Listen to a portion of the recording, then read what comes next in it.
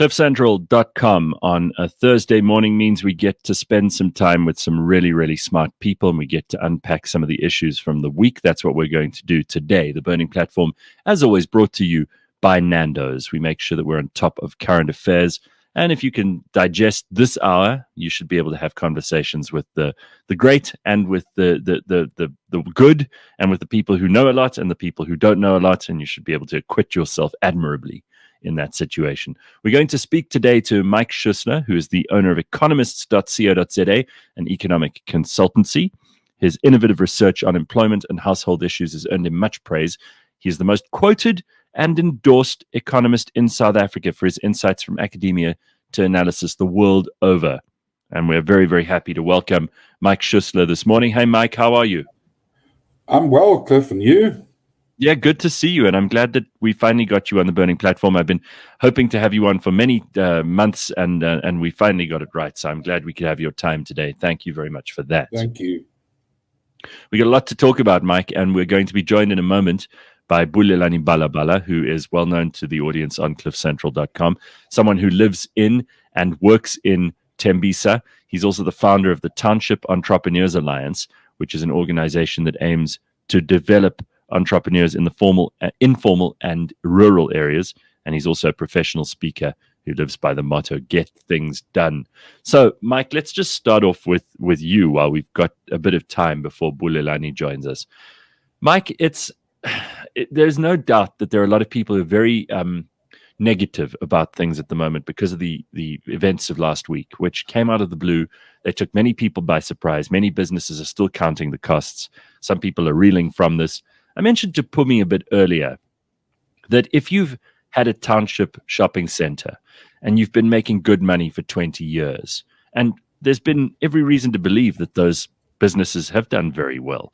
And if you're the landlord, for example, and you've been dealing with arson and all the mess of last week, it's quite understandable and acceptable for you to have the knee-jerk reaction that, okay, this is a disaster. The fact is, though, that people in those townships and in those communities are still going to need to buy stuff tomorrow. And if you rebuild and you manage to make it through the next couple of weeks of obvious ardor and difficulty, there is a rainbow at the end of that in terms of making the kind of money that you've been making for the last 20 years. And without doubt, there is value there. But I think for a lot of people, they need to see these things in context, and they need to see them with perspective before they can truly appreciate them. You are an economist. You look at the big picture. Give us an idea of how you're feeling after those events of last week and what you think the major obstacles and the major opportunities are. Well, I think the first obstacle is absolutely the confidence of the economy. And the confidence, I mean, not just the business community, but also consumers. Let's take a very simple thing. If we're thinking of going down to KwaZulu-Natal and buying a retirement home there, you'd no longer be thinking about that. If you were thinking of purchasing a home anywhere in South Africa, you'd be thinking twice. So the durable part for consumers, like cars, is going to be very terrible. Businesses, they appreciate risk, and they've been handling risk, but our returns in South Africa haven't been that great for a while. And they're going to really think about, they'll start their businesses. I'm sure the cash flow is there, but the profits in South Africa are very often lower than the rate that you'll get in the bank. So for me, I think it's going to be a very difficult time period as we adjust. And the amounts lost, we're still trying to figure it out, but it's probably between 60 and 70 billion rand, which is a lot of money. And yes, Sasria will make up a bit of it. But remember, Sasria is not going to pay you for non-delivery. In other words, your truck couldn't move.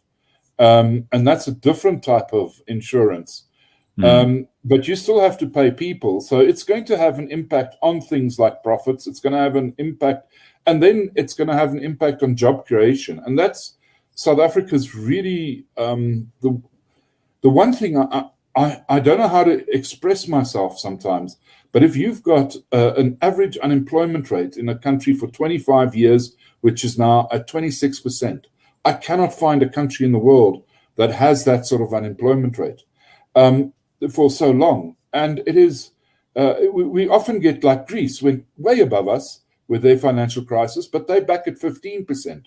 We've, in the meantime, gone from where we were at 26, 27%, and they beat us and they went about 28%. We've gone to 32.6% in a decade. So, you know, we need to appreciate this unemployment situation. And the only way that we can create employment is if businesses invest, because investment means a new job. And the investment of business will only happen if there's profits, and those profits must compensate for the risks. We've just pushed up our risks with the riots, and we've pushed down the profits, if I can put it that way.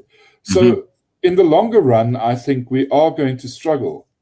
The struggle, but you know, we will rebuild. Let's put it this way, and we will, but we'll fall back into the same trap where we create some jobs, but never enough, and that's the thing. So a certain part of the population keeps moving up, whereas a heck of a lot of the population doesn't come along. Stuck. So we'll get into what you think the solutions might be and how we might be able to start to make an effort to bring down those unemployment numbers, because obviously that is the biggest challenge for us. But I want to bring Bulelani in here. Bulelani Balabala is well known to us at cliffcentral.com. You were in the middle of it in Tembisa last week, Bulelani. First of all, tell us what went down and tell us about the experience, and particularly because you have an interest. I was watching you on social media. You have an interest in small businesses with the Township Entrepreneurs Alliance.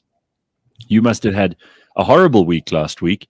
I saw you were busy though, and you guys have been making efforts to help entrepreneurs and small business owners in the townships. Give us a feeling of what it was like on Tuesday last week. Good morning, everyone. Thank you so much. Thanks, Gareth, for having me. Sure, man. Last week was, I don't know how to put it in words, actually, but it was terrible.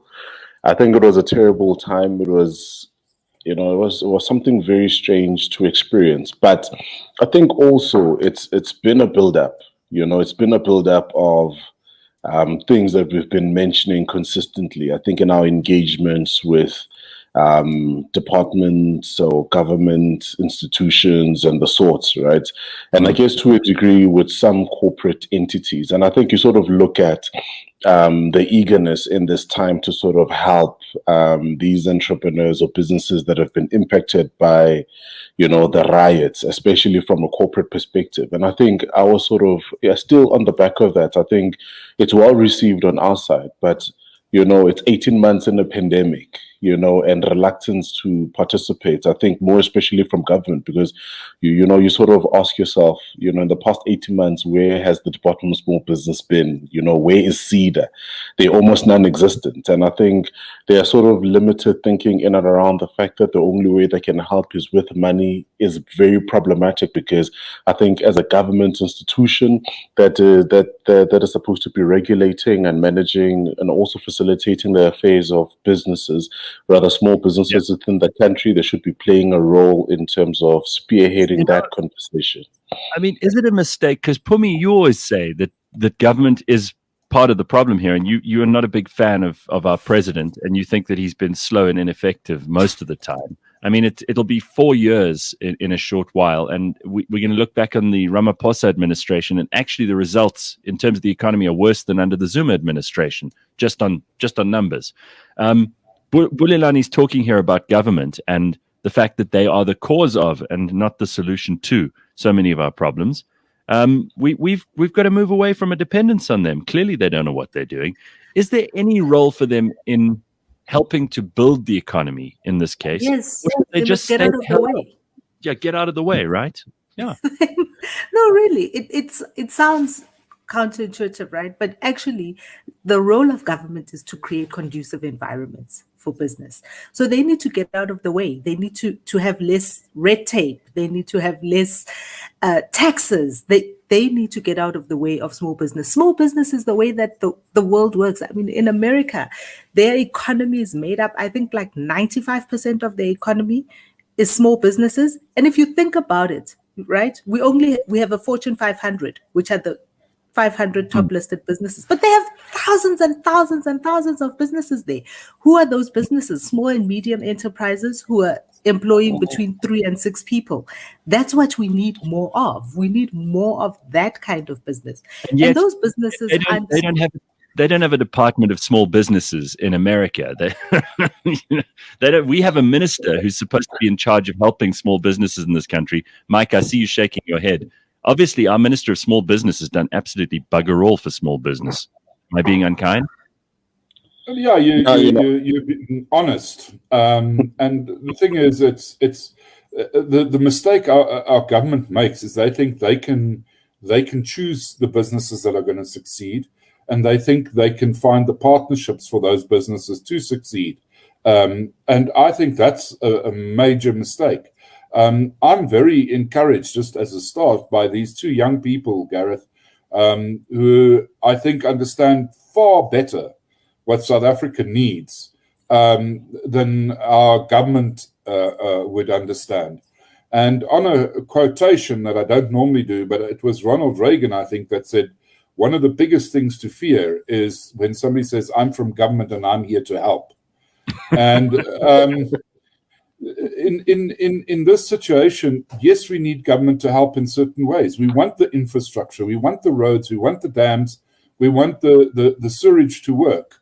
Right. And that's the type of help that government should do. And maintaining law and order is what government should do. Educating at a high standard our people is what government should do.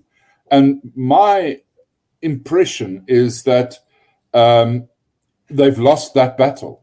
And it's on the education side, I think we are making strides to a certain extent.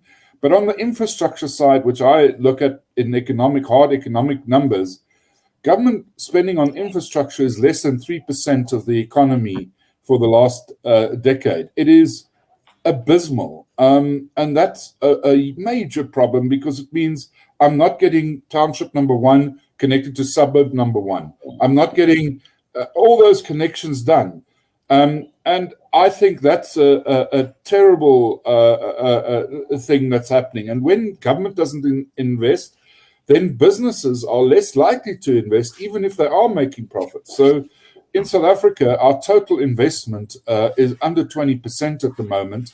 The typical country in the world is probably 25%.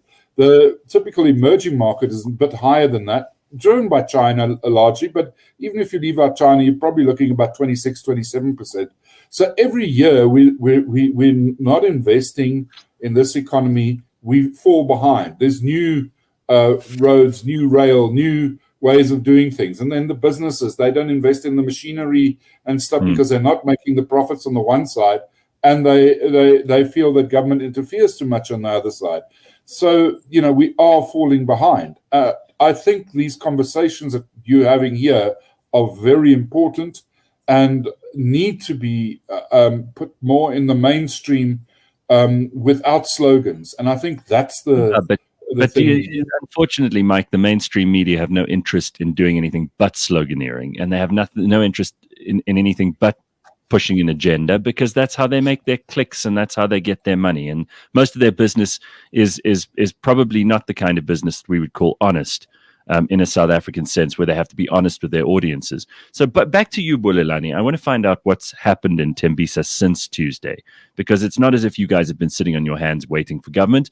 You've been making moves. How are people doing, and how are they rebuilding? What's the general consensus on the street at the moment? I think the general consensus, and I think so the work that Tembisa in itself hasn't. I mean, there's a section that was looted, but I think the community stood up quite early and quite quickly, so that sort of averted that. The situation is presently calm. But then you find that some of the entrepreneurs that you work with in other parts of the country, KZN, your Mamelodi, the Val, have been directly affected by the looting. Now, I mean, just to paint a picture, I mean, I think in one of the sessions that we had with you earlier on this year, talking about the report, I mean, one of the pieces of the report I'd like to pull out is the fact that 80% of small businesses don't have business insurance. Now, that was from a pool of over 6,000 entrepreneurs that we had worked with between 2019 and 2020 early, right? Now, over and above the fact that we've been in lockdown for over 18 months, that lockdown and COVID-19 has exacerbated the situation, meaning that even if I had insurance, I'm not going to pay premiums over putting food on the table or paying staff members or the sorts, right? So the impact of it is catastrophic. So it's sort of left left a bad taste, but also it's that reminder, where I think as an entrepreneur who's in the township, you constantly tell yourself that you are on your own. And I think what we've sort of done is to say, we're taking it upon ourselves to realize that majority of them won't be able to come back. They don't have anything to fall back on. How then do we then organize ourselves and rally individuals or institutions that are willing to drive the message? So I think in this particular case, we weren't waiting for any partner, any individual to sort of drive a sort of short-term relief so that we can work on something more long-term to get the entrepreneurs back on their feet. Because I think the ripple effect of that is that it drives the economy further into a slump with more jobs, more people being retrenched.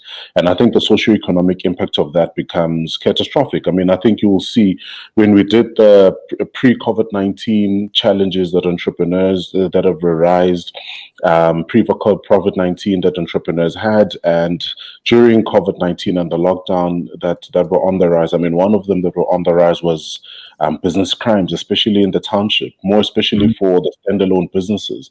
Because of the socioeconomic impact, one could say it's the drugs and nyaupe, one could say it's unemployment, one could say it's actual criminal elements that are now targeting local businesses because they are restricted by lockdown. And you can say that, and you could also say it's because we've got very bad policing. I mean, our police were pretty much useless on Tuesday last week as well. And we have a police minister who's so tired of, he's so busy grandstanding that he doesn't really have the time to actually pay attention to intelligence that he's being given or not given about things that are happening in the country that he's meant to be responsible for providing public safety for. It's true what you say, Bulelani. Entrepreneurs are on their own. They have you're right. I mean, sorry to cut you in. You know what really upsets me is that they're now grandstanding, talking about the sort of instigators and blah blah blah. But this has been a problem that has been ongoing, perpetuated and aggregated by government's lack of response. And I agree. And I agree with one of the comments that was made earlier on. I'm just to then say that government is just standing in the way of progress. There are bureaucracy, there are long processes. I'll make an example, right? On an ordinary year before COVID-19, we reach up to about 9,000 township entrepreneurs through our programs, right? That's a number that the Department of Small Business is struggling to reach out to. And we don't have their budgets. We work off whatever we work off. What I've always said to them is, all we need from you is endorsement. That's it. We don't need money from you. We will work around that sort of stuff. We've said that to the Gauteng Economic Development Department. We don't need money from you because most of the corporate partners that we've worked with and you work with are cross-pollinated. We've got the programs. You can come in on the day and smile for the cameras, but we know that we would have driven impact. But they are constantly standing in the way of that. They want to understand what it is. I think at some point in some year, Department of Small Business came out last minute. I think one of their representatives and said, for us to participate, we like what you're doing. We just need to take the whole thing over and make it about us. And I said, but you're missing the point. And we are here because of government's inefficiencies. And if they don't get out of the way, we won't be able to get out of this problem because they are constantly going to keep butting into progress. I think one of the things we don't do very well. Even just as entrepreneurs, as South Africans as a whole, we don't know how to not pay attention to them, right? We don't know how to actually just, because that's where we need to be. We need to actually pay less attention to them. If you get on doing what, I mean, Bulelani, you've been running your organization for a while now without them. And the minute you call them up, the minute you say, and the people who want to work with you will come and work with you. The entrepreneurs who want to benefit and who know the kind of benefit that you bring to the table, they don't care if government is there or not, because that's not what they are there for. Yeah. And that's just one of the things. I do think, though, one sad part about entrepreneurs in this country and small businesses, and why they don't grow as much as they do, is because their biggest competition is actually corporate and big business, and not just competition for resource or money, but for talent too. So a lot of entrepreneurs, a lot of small businesses, my parents have a shop or have some kind of small business, and they take money out of the till to educate me, and they don't get that return. So they invest in my education, but I want to go work for Standard Bank. I don't want to bring my brain and intellect and all the information that I've learned and all the skill that I've acquired back into that business. I'd rather go and work for a big business. And I think it's one of the things that we kind of need to start organizing also as individuals within our society, is how do we grow our own businesses? I mean, I spoke to you about the American economy. I read a statistic that something like 3% of the top 500 companies in the world are family-controlled businesses. So and that doesn't mean that they are the biggest shareholder, but they do control the business. VW, BMW, Bosch, all family-controlled businesses, and they're huge multinationals. Yeah. So I do think that there's an opportunity, even for us, when you ask yourself, what can you do? Yeah, not to mention companies like Walmart or Estee Lauder and those. Yeah, Mike? I think I just would like to put a little bit of light on this, because I think this will explain South Africa. South Africa only has about 850,000 employers, and that's a very small amount. And then we have about 2 million people that are self-employed, or 2.4 million or whatever. The problem in South Africa is that there isn't enough employers and there isn't enough self-employed. That is really the one thing. And we all see a job as for working for someone else. And that is a heck of a thing to get into people's minds, because if you look, 15% of our workforce work for themselves. In Africa, it's 76%. We are sort of doing what Europe does, that only 15% of people work for themselves. In America, it's much more. In most other places around the world average is about 46, 47% of all people employed work for themselves. And that's World Bank data. Then the other thing is that all government programs are aimed, like the industrial and trade programs are aimed at the bigger companies. But we forget that the typical employer in South Africa employs less than 9 people. You take out the government, and you left with just the people working in the private sector, you will get to an average of about 9 people in a son. You take out 1 or 2 big firms in that, like SOEs, you'll get to an average of around 8. But your typical employer is probably even less than that. So I think we must just also realize that government thinks it's talking to business because it's this big conglomerate it's talking to. It hasn't yet figured it out that the majority of business that it should be talking to are small people, are small little places that are doing things.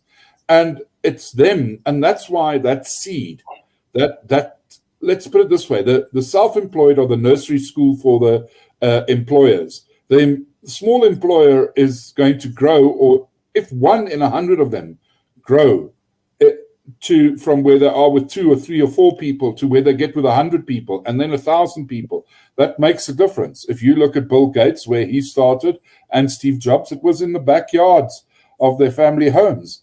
And today, those are very, very big firms employing people all over the world. You mentioned the Germany, they call it the Mittelstand, the family firm.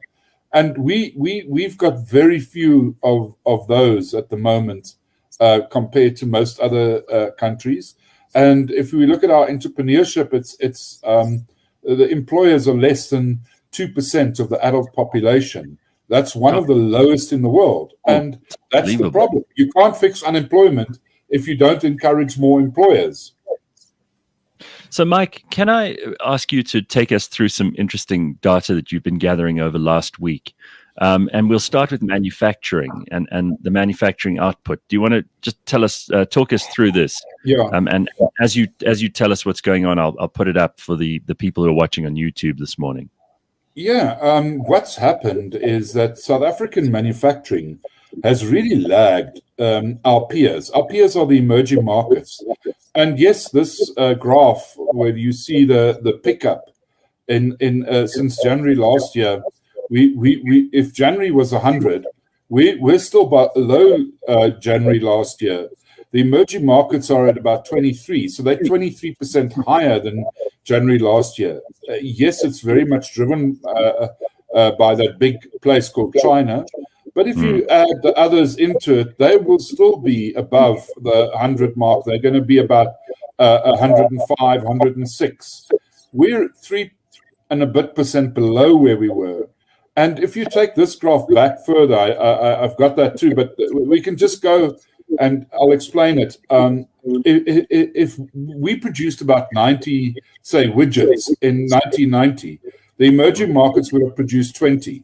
Today, on that scale, they are producing well above 400. We're at 105. So, we've improved, but compared to our peers, we are nowhere. Our manufacturing is struggling. And look at that dip in April, how much further we went down than everybody else did. I mean, we really took a massive nosedive, and that was because, obviously, of lockdowns and the fact that there was almost zero economic activity during that time. Yes, us in India and Peru took really heavy hits. And we were the strictest. We were the lockdown countries, yeah. The full-on lockdown, whereas other people kept their manufacturing and stuff open at least. They may have asked people to stay at home, but we closed everything, and that really hurt. And it's still not back to where it was. I mean, the point here is that this isn't even the July numbers, which will be worse because we had the closure of places, particularly in KwaZulu-Natal. The SAPREF refinery and Toyota and various other things. So that's a huge knock for the country again coming. And in the meantime, the emerging markets are going to roar ahead. So we talk about emerging markets. I mean, where are we in the emerging market environment? Whereabouts is South Africa, and how are we performing at the moment compared to other emerging market countries? Well, first of all, the emerging markets are profoundly growing a lot quicker. But what you've got up here is just your average income. And you can see our average income of the people employed is not too bad. When we compare it with Indonesia or Philippines or Thailand, the people in South Africa that are employed in terms of dollars get a reasonable salary. Income, that's the thing. We've created a decent, relatively decent jobs compared to other countries. The Chinese are below us, as you can see, and we're not quite a developed country, but we compete with the sort of East Europeans, if you wish. On that side. But the big thing is we're not getting the investment. I think I sent a slide over on investment. And, foreign investment. Let's take a look at that quickly, because that's really that's what worries. And of course, last week's activities are not going to do very much to bring in extra foreign investment now, are they? Nope. And very simply put, this is a list of emerging markets, larger emerging markets. We're the only one that has a net outflow of foreign direct investment. This is not portfolio investment. This is stuff in factories, people buying banks, like, Barclays bought into Absa and then left again. And we had a situation where Malaysia was also negative, when they had what they would call their localization projects. And that's exactly what our BEE was. And they've now left it and they've gone positive. So it tells you, if you tell foreigners, here you are, please invest locally, many of them will, but or they'll look at you. But if once you say you've got to partner with somebody, give up some of your profits and so on, they don't like that. And so actually your country doesn't benefit. BEE is elite enrichment in a way. And these figures on the sun, I mean, even leaving out China there's no other emerging market in the top 25 emerging markets that has got a negative or an outflow, a net outflow of job opportunities, if you wish. And this is the country in the world with the highest unemployment rate. It doesn't make sense at all. It's perverse. It's perverse. Okay, so Bulelani and Pumi, what do you want to say to those things before we move on? I mean, those are obviously very, very dramatic looks at what the real world situation is in hard numbers. Yeah, I think sorry. Now, I think for me, numbers bring everything into reality and truth, right? And I think, I think to agree with what Mike's sentiment there at the end. I mean, BEE in and itself is an elitist enrichment, because it hasn't affected the change that it needs to. And to a degree, one would even go as far as to say that it's enriched comrades. But you as the ordinary entrepreneur who wants to participate, who wants to at a heightened level, and I think most importantly, right, at the level of these equity deals when a large organization or corporate wants to come into the country, and I think that's the biggest challenge, that the very same people that are supposed to be driving the economic development, you as a small business or as a corporate are competing with these same people, because for the fact that the deals land on their table, the new entrance into the market, it lands on their table, they would almost think, well, how do they eat and participate? And that's the biggest challenge, that the public servants are actually self-serving. Yeah, well, I mean, we've got our president's one of the richest men in the country through BEE, and of course he has no idea of how these things really work, because in a system outside of BEE, would he have made all his money? Who knows? Pumi, what do you say about all of this? It works for the insiders. I think it works for the insiders when you're on the inside or when you've got close proximity to power. But I often ask myself, what is it that each one of us can do to change the situation around? And I think that the one thing definitely is about who you support with your money. And of course, it's you're not buying TVs from South African manufacturers, but there are many things. If you look around your budget and where you spend what, there are many things that you can do to support small businesses, to support local businesses.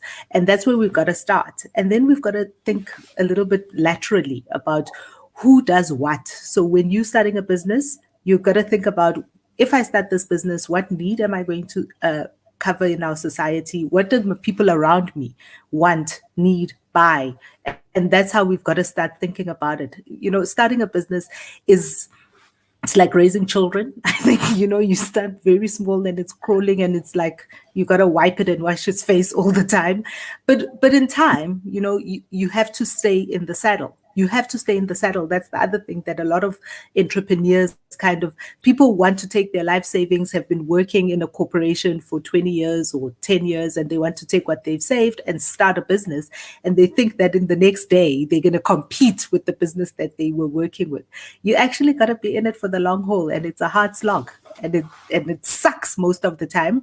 And you're probably not going to make as much money as you would make in a big corporation, but it's worth it. I mean, you're a small business owner, I'm a small business owner, and I think it's worth it. The freedom that you get from working for yourself and also for paying other people when your business gets to a place where you can hire people and pay people salaries, it's worth it. It's worth all of the crap. I think everybody on the screen is a small business operator. So that's obviously the reality that we're facing on a daily basis. Let's just imagine for a second that we were, all four of us, in a position of real power and policy, where we could determine the policy.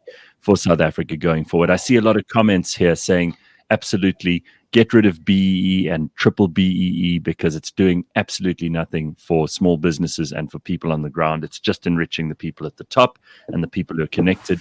So I'd like to know from all of you, and we'll start with you, Bulelani, what would you do if you had the controls in your hands to be able to open up the economy, to be able to create jobs, to be able to get that money flowing? What would you do first?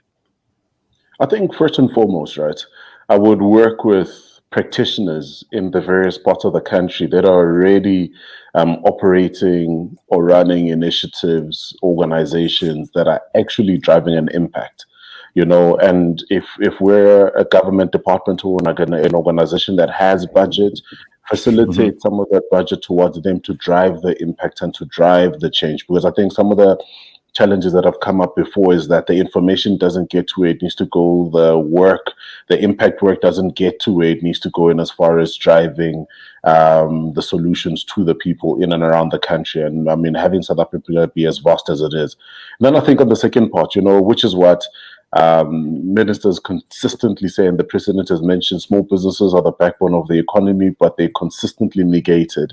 I think one of the biggest things that these guys need is they already have working products that might not necessarily be the best looking to a certain degree, but they already have skin in the game.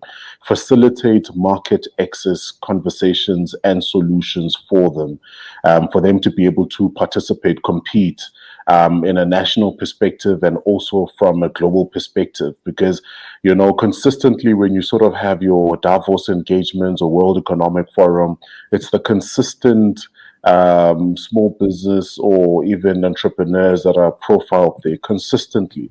Now that then beckons a question to then say that with South Africa having a number of small business owners, could you not have found anyone else? So I really think, and then I think for the most part, just being able to facilitate access to soft learning, because I mean, I think at this point you've got a CEDA, you've got an NYDA, you've got a CIFA, you've got other agencies, but the biggest challenge is that all of them are trying to do the same thing as everybody else. They've not filtered themselves as a funnel, because I think how you would have sort of set it up is you would have sort of set it up in the sense that NYDA would deal with.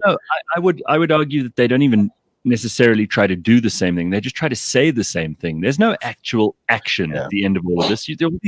All these organizations who are meant to do things for other people, but actually all they are is talk shops. Nothing but talking. I don't see any activity. I don't see anyone actually doing things, investing money, helping businesses get off the ground, giving people resources, the training that they might require, the infrastructure that Mike was talking about earlier. Those are the only things government can do. The rest of it is just talk. So what about you, Mike? What do you say? I saw you nodding along to most of what Bulelani was saying there. You probably I like Bulelani. I've had no problem. I think what he's saying is right. The other thing is I would like to say is if government gets out of the way with, for example, mining regulations that prevent people from actually mining, you will get the big businesses investing in new projects. Once you do that, that'll spread. They'll employ people, and those people will buy from the small businesses, or they may themselves buy from the small business. So if you get rid of the BEE, the mineral regulations, many others, you can have labor laws. For the bigger businesses, they can handle it. They've got HR departments. But any business under 20 people, they have no, they just end up in front of the CCMA all the time. Yes, people must be given a notice. Yes, people must have, you must have a sort of fair system.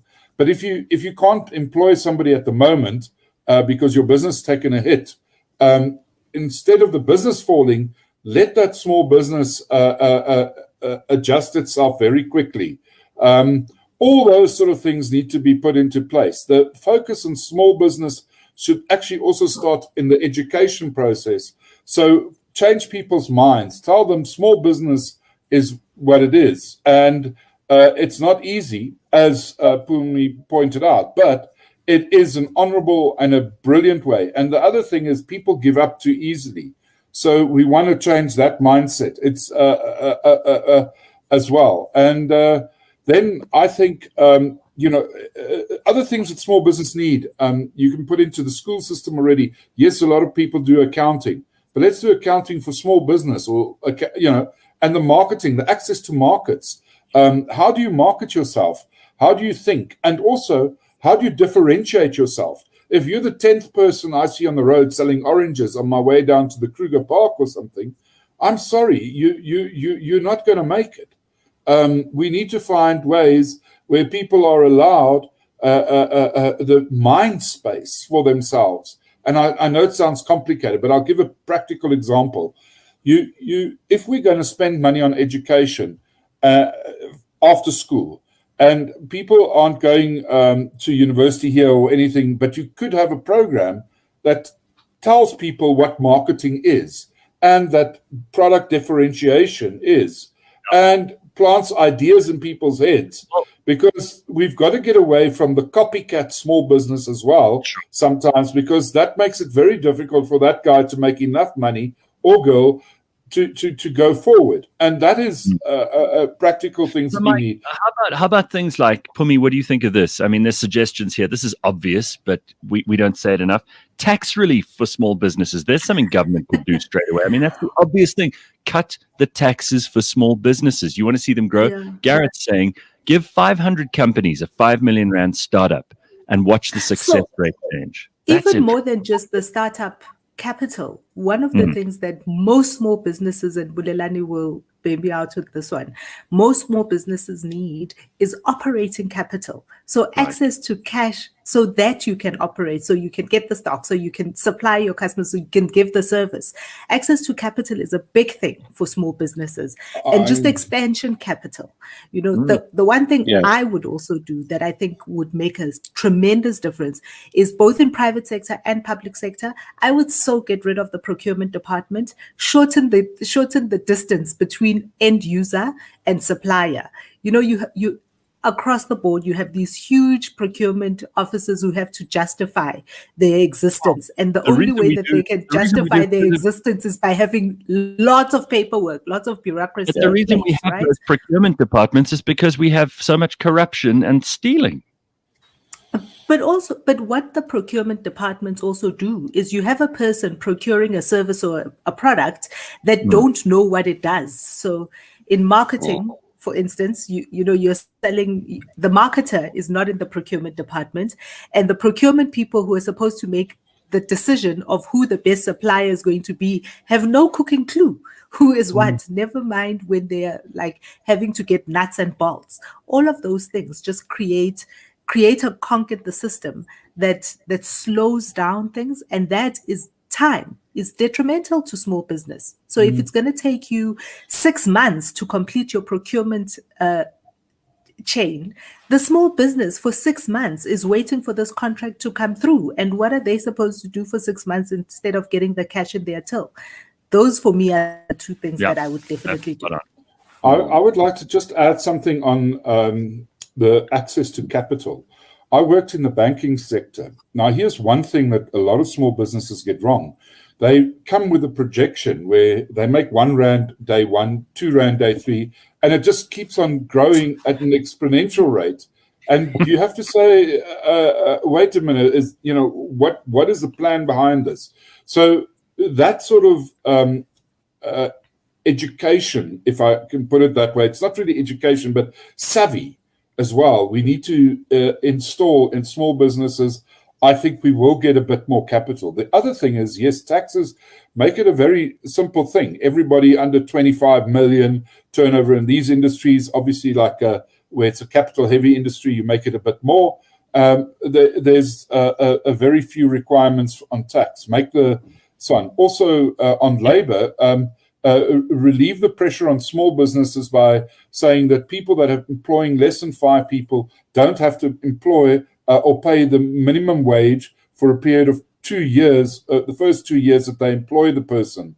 And those are the sort of things that we can practically do from a law point of view. The other thing is, I think also we need to have a better funding situation, which we need to talk about how that works, because at the moment, all the banks are getting points for putting their capital into BEE type stuff, which again would be the elite. We need to put that in its place and encourage and do the laws for the smaller businesses, so that the capital gets to the people that create the jobs, because it's proven, and you can see it on our own numbers. If you look at it's the small businesses, when they start up, they create the jobs. It's not the big business. The big business is looking at cost savings. So the small business is where we can create the jobs. And if we can change the funding and so on, I know other people are looking at this, but I don't think we're there at all yet. And then a Bulelani would find an easier access. And that bank doesn't have to have money with it. It just needs an office near him. And it needs to understand, and there needs to be a certain amount of money that goes to smaller business, not the BE deals. And that's what we've got to try and so. And also not to tell banks you must make losses. That's not what I'm saying. But that is an important thing, because the one thing that the banks have also done, when I was there at least, and I was 20 years ago, they love funding the franchises because it's got a track record, the paperwork is clear, there's somebody helping the guy and everything. But we need to think beyond that. We need to have somebody helping the small business connect with the funding a lot better, and not just via a franchise. Well, Mike, it's also a little bit of it has to do with people who are within the government funding levers have to understand that their job, unlike a bank's job that is to make money, their job is to stimulate growth. So we mustn't be afraid to fail, right? Don't be afraid to put money into a business that has a good idea and has a good jockey, the person and their ideas and their skill and their interest and their passion, because you'd rather have that person start 5 businesses and fail, because the 6th one will do well, But if we're afraid to fail, if we're afraid to back people and give them the confidence to start up and try new things and keep trying, which is one of the problems that we have, not just at the banks, but also at the IDC, for crying out loud, at the small funding operations. Those guys, unfortunately for them, they couldn't get the jobs in the big investment banks, and now they're sitting here and they think they're going to do the same thing that they would have done at that bank. But that's not their job. They're talkers. I just want to refer to something Michael says here in the comments. He says, in uneducated traditional communities all around the world, eloquent speech is misidentified as action, even by those who are doing the speaking. The media must stop entertaining eloquent bullshit as evidence of activity. And that's true in so much of South Africa. I mean, in corporate South Africa too, you have boardrooms full of people where there's a whole lot of what appears to be diversity and inclusion. But actually what it is just more and more talk and less action. We have companies that are paralyzed, that don't get contracts signed on time. We get companies that don't act quickly enough, that miss opportunities because they're all so busy talking and putting together the right political identification that they don't actually do the work. No, I would agree with what you're saying here. I just want to, the IDC was created to look after big firms. That we must also understand. We had the Small Business Development Corporation during apartheid, which then morphed into business partners, but it became more private. We need to bring that sort of thing where the banks jointly, with a bit of government funding and training behind it and so on, encourage that small business. We've lost, I think, that focus on the small. Every law is focused on big and powerful and beautiful stuff, and that's what Michael is saying to us. But we get lost in that, and we forget about the ordinary person, the ordinary little business, the person with 10 people. That is a virtually nearly a big business in South Africa. And we forget them. But the government likes cutting ribbons. If there's a Transnet and there's 80,000 people employed there, it's a beautiful ribbon to cut, and it shows importance. But we forget the basic fact of those important, ordinary, small businesses all the time. And our policies, and I'm not asking for government help. I'm like Bulelani saying that just a little bit of guidance, open it up, make sure that there's no cronyism with stuff that government gives out, and focus on helping them, and how every part of an organization that looks after them must be, how do we train? How do we help them access markets? How do we get them to become bigger? How do we install talents? And those are important things. And the talent will come and grow. As Puli said, some will fall by the wayside, come back, fall by the wayside. It's fine. And that's the other thing. In our mindsets, we must say failure for an entrepreneur is not necessarily a success, but it's definitely not a failure.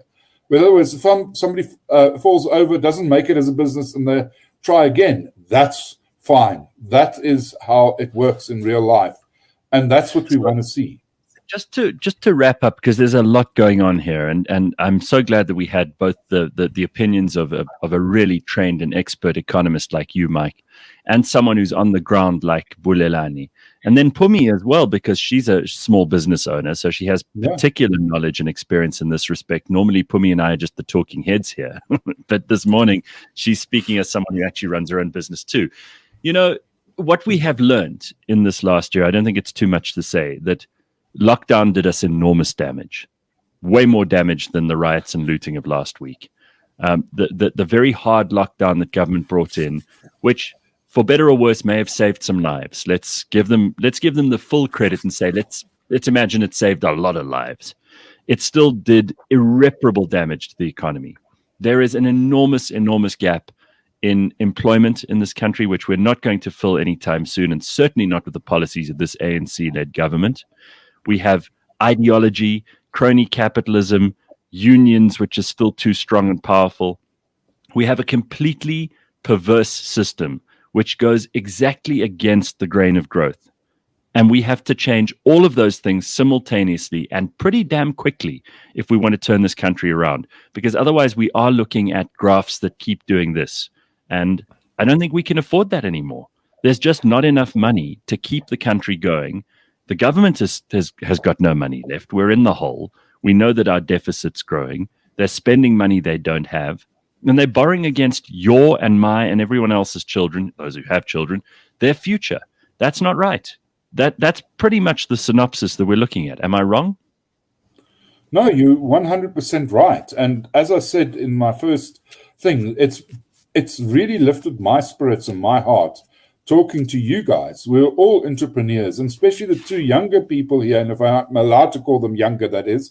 But it's their wise heads. These are wise heads. Okay, Pumi and I are equivalent in age. She just looks much better than I do. That's fair. No, but you guys are younger than me, and I'm just saying these are wise heads. Gareth, Pumi, Bulelani, you guys are wise heads, and it's so great just getting a perspective that is on the ground. And I think these are the important conversations, as I can't express it more. And yes, we're still a bit flaky, but once we get these conversations going, I think it's brilliant. I think these people that are on this show, are all entrepreneurs, and they are wiser than 99% of people out there, probably easy, 99.9. I just want to say thank you. Well, thank you. I mean, Mike, it's taken us a while to get you on the show, but now that you're here, you're raring to go, and I hope we'll have more from you in the future. Very, very good to see you. Thank you for joining us, Mike. Thank you. So that's Mike Schussler, and he can be found at economist.co.za, and you can find all their information there too. Useful info that he shared with us this morning. Bulelani, keep doing the good work you're doing, my friend. It's always a pleasure to see you, and I know how the people in not just Tembisa but townships all across the country rely on the excellent stuff that you at the Township Entrepreneurs Alliance are doing. And all I can say is... Give them an ad. You must tell people where to find you and to follow you on your social. Yeah, absolutely. Go for it. Free advertising. Go for it. Thank you. So I think if you want to access info on what we do, what I do, so all social media platforms, it's Bulelani Balabala, and our organization is join us for tea. Simply join us for tea. You'll find us on Facebook, Twitter, Instagram, and all the info on the current intervention that we're running to sort of champion and rally our partners to help small businesses get back up. Thank you. Thanks, Pumi.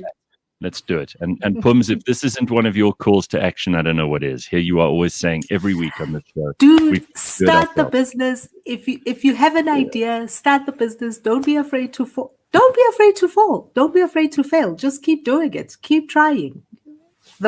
You only need one good idea to work once. But if it takes 10 tries to get there, that's fine. And this coming from Pumi, who is currently in the heart of the beast in Pietermaritzburg, where all the action was going down last week. Pumi's not afraid. She goes there and she tackles it right at the jugular. So well done, Pums. Nice to have you on the show as always. And we will see you tomorrow on cliffcentral.com. Thank you very much for joining us. Thank you. That's all we got time for today.